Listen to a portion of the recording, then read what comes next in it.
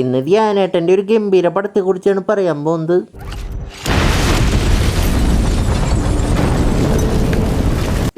പടം തുടങ്ങുന്നത് ഏതാണ്ട് ഒരു ചേച്ചി ഒരു ബന്ധമില്ലാത്ത പാട്ട് ഇട്ടിട്ട് ഡാൻസ് കളിക്കുന്ന കാട്ടിയിട്ടാണ് പടം തുടങ്ങുന്നത്.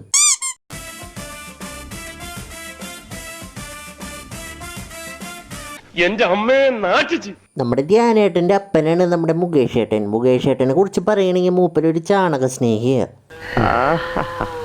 അവറ്റകളുടെ കരച്ചിലേക്കാൻ തന്നെ എന്തൊരു സുഖം, എന്തൊരു സംഗീതാത്മകം. മുകേഷ് ഏട്ടൻ ഒരു ദിവസം മുകേഷ് ഏട്ടൻ്റെ അമ്മേനെ കാണാനായിട്ട് പോകും. അമ്മേനൊക്കെ കാണാൻ പോകുമ്പോൾ നമ്മൾ എന്നിട്ട് വല്ല ഫ്രൂട്ട്സ് വാങ്ങിക്കൊണ്ട് പോകും. നമ്മുടെ മുകേഷ് ഏട്ടനാണെങ്കിൽ ചാണകം കൊണ്ട് പോകും.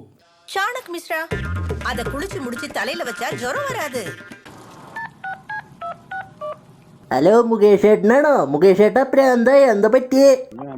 വിളിക്കരുത്. 11 മണിക്ക് ഒരാളെ വിളിക്കുന്ന പറഞ്ഞാൽ എനിക്ക് മൈലി വിലയിലൂടെ നീ തരുന്നത്. മൈലി വില മേലാൽ വിളിക്കരുത്. പകലൊക്കെ വിളിക്കുന്നത് അന്തത്തൊണ്ടല്ലൂടാ. പിന്നെ ധ്യാൻ ചേട്ടൻ്റെ അമ്മേനെ കുറിച്ച് പറയണെങ്കിൽ അമ്മ ഫുഡ് വ്ളോഗൊക്കെ ചെയ്യുന്ന ഒരു യൂട്യൂബറാണ് ഗൈസ്. ധ്യാൻ ചേട്ടൻ്റെ അമ്മ പഞ്ചായത്തിൽ ഭയങ്കര ഫേമസ് ആണ്, കുറെ ആരാധകരൊക്കെ ഉണ്ട്. എന്റെ അമ്മേ, സ്വന്തം ഭാഷയാണ്ട് പിന്നെ ഒരു റിലാക്സേഷൻ ഉണ്ട്. ഇംഗ്ലീഷും പറഞ്ഞു മടുത്തു. ഇതൊന്നും വരുന്നില്ലല്ലോ അതല്ലേ. പിന്നെ ധ്യാൻ ചേട്ടൻ്റെ അമ്മയ്ക്ക് ഒരു പ്രത്യേകതര ഹോബി ഉണ്ട്. ലിഫ്റ്റിൽ ചുമ്മാ ഇരിക്കുന്ന പിള്ളേരെ ഒച്ചയെടുത്തിട്ട് പേടിപ്പിക്കുക. വട്ടായി പോയെന്ന് തോന്നുന്നു. ഫോൺ നോക്കണ പിള്ളേരോട് ഫോൺ നോക്കരുതെന്ന് പറയാ. അല്ലാതെ ഇത് മാത്രം കുനിഞ്ഞിങ്ങനെ നോയിക്കൊണ്ടിരിക്കുന്നത് ശരിയല്ല. പിന്നെ മുകേഷ് ഏട്ടൻ ചാണകത്തിനെ പറ്റി കുറച്ചും കൂടി ഡീപ്പായിട്ട് മനസ്സിലാക്കാൻ വേണ്ടി ചാണകത്തിനെ കുറിച്ച് ഡിപ്ലോമ എടുത്തിട്ടുള്ള ഒരു ഡൂഡിനെ കൊണ്ടുവന്നിട്ട് ക്ലാസ് എടുപ്പിക്കും. ചാണകത്തെയും ഗോമൂത്രത്തെയും കളിയാക്കുന്ന ഒരു ജനത, അതാണ് നമ്മുടെ ശാപം. പശുവിന്റെ കൊമ്പുകൾക്കിടയിൽ റേഡിയോ ആക്റ്റീവ് തരംഗങ്ങൾ പോലും നിശബ്ദമാവും. സൈക്കോസിന്റെ പല അവസ്ഥാന്തരങ്ങളും കേട്ടിട്ടുണ്ട്, പക്ഷെ ഇത്ര ഭയാനകമായ ഒരു പ്രശ്നം ഇതാദ്യ. ഇവരുടെ ഈ അപരാധ പരിപാടി ഒന്നും സഹിക്കാൻ പറ്റാണ്ട് നമ്മുടെ ധ്യാൻ ചേട്ടൻ ദുബായിക്ക് പോകാൻ തീരുമാനിക്കും. ദുബായിൽ നമ്മുടെ ധ്യാൻ ചേട്ടൻ്റെ കൂട്ടുകാരനായിട്ടുള്ള ഷൈൻ ഉണ്ട്. എന്താണ് പറയണൊന്നും മനസ്സിലാവില്ലല്ലോ.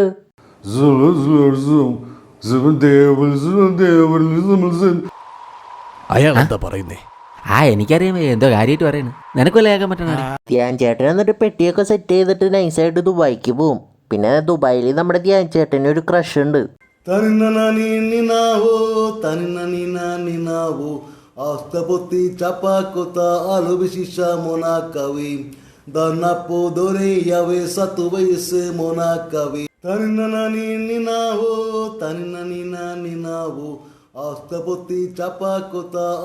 പിന്നെ ധ്യാൻ ചേട്ടന്റെ ക്രഷ് ദുബായിൽ ഒരു ചെറിയൊരു പടക്കക്കടയിൽ ഒരു ജോലി വാങ്ങി കൊടുക്കും നമ്മുടെ ധ്യാൻ ചേട്ടന്. ധ്യാൻ ചേട്ടന് ആ കടയിൽ വന്നതിന് ശേഷം ആ കട ഇങ്ങനെ വളർന്ന് വലുതായിട്ട് വലിയ കമ്പനിയാവും ഗൈസ്. ഇതാണ് നമ്മുടെ പുതിയ പടക്കം. ഈ പടക്കം ഉണ്ടാക്കി തന്നെ നമ്മുടെ ധ്യാൻ ചേട്ടനാ. എന്റെ പൊന്നോ, പൊട്ടിയ സൗണ്ട് എന്ന് പറഞ്ഞ കൊള്ളാലോടോ. Thank you sir. പിന്നെ ധ്യാൻ ചേട്ടന്റെ ക്രഷിന്റെ അപ്പം ഭയങ്കര റിച്ച് ആണ് ഗൈസ്. ചാക്കോച്ചൻ റിസപ്ഷന് ഞാൻ ബെൻസിൽ പോണോ റോൾസ് റോയ്സിൽ പോണോ? കാശിന്റെ കഴപ്പാ. പിന്നെ ഒരു ദിവസം നമ്മുടെ മുകേഷ് ചേട്ടൻ ഫേസ്ബുക്ക് നോക്കുന്ന സമയത്ത് അറബിയുടെ വേഷം ഇട്ടിട്ട് നമ്മുടെ ധ്യാൻ ചേട്ടനെ കാണും ഫേസ്ബുക്കിൽ. പിന്നെ മുകേഷ് ചേട്ടനെ അറിയാവുന്ന ഒരാളെ വിട്ട് അന്വേഷിക്കുമ്പോൾ നമ്മുടെ ധ്യാൻ ചേട്ടനെ ഒരു മുസ്ലിം ഗേളായിട്ട് ക്രഷിലാന്ന് മനസ്സിലാവും. എന്നിട്ട് നമ്മുടെ മുകേഷ് ചേട്ടൻ ടെൻഷനായിട്ട് ദുബായിക്ക് പോവും. ദുബായിൽ മുകേഷ് ചേട്ടൻ എത്തിക്കഴിഞ്ഞ് കഴിഞ്ഞിട്ട് ദുബായ് മൊത്തം ഒന്ന് ചുറ്റി കാണും. 14 രാവിന്റെ പിറ പോലെ വന്നല്ലോ, പനിനീരിൻ കടവത്ത് കുടമുല്ല പുത്തല്ലോ, മണിമുത്തും പൊന്നിന്റെ ഇടവാളും ഉണ്ടല്ലോ, മറുഭൂവിൽ നിന്നല്ലോ സുൽത്താനും വന്നല്ലോ.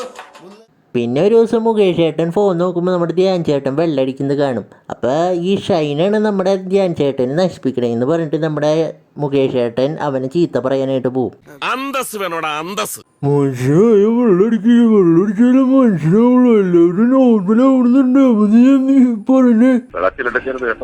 മുകേഷ് ചേട്ടൻ ഷൈനായിട്ട് തല്ലുണ്ടാക്കി എന്ന് പറഞ്ഞിട്ട് നമ്മുടെ ധ്യാൻ ചേട്ടൻ വീട്ടിൽ ചെന്നിട്ട് മുകേഷായിട്ട് തല്ലാവും. പിന്നെ അതിനിടയ്ക്ക് നമ്മുടെ ധ്യാൻ ചേട്ടൻ്റെ അമ്മ ധ്യാൻ ചേട്ടനെ തല്ലും. എന്നിട്ട് ധ്യാൻ ചേട്ടൻ ആകെ സാഡായിട്ട് വണ്ടി എടുത്തിട്ട് മരുഭൂമിക്ക് പോവും.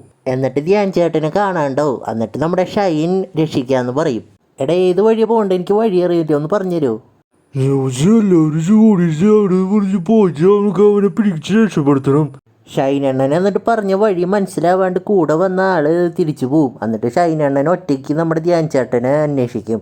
എന്നിട്ട് അവസാനം നമ്മുടെ ധ്യാൻ ചേട്ടനെ കിട്ടും. എന്നോട് ക്ഷമിക്കണം.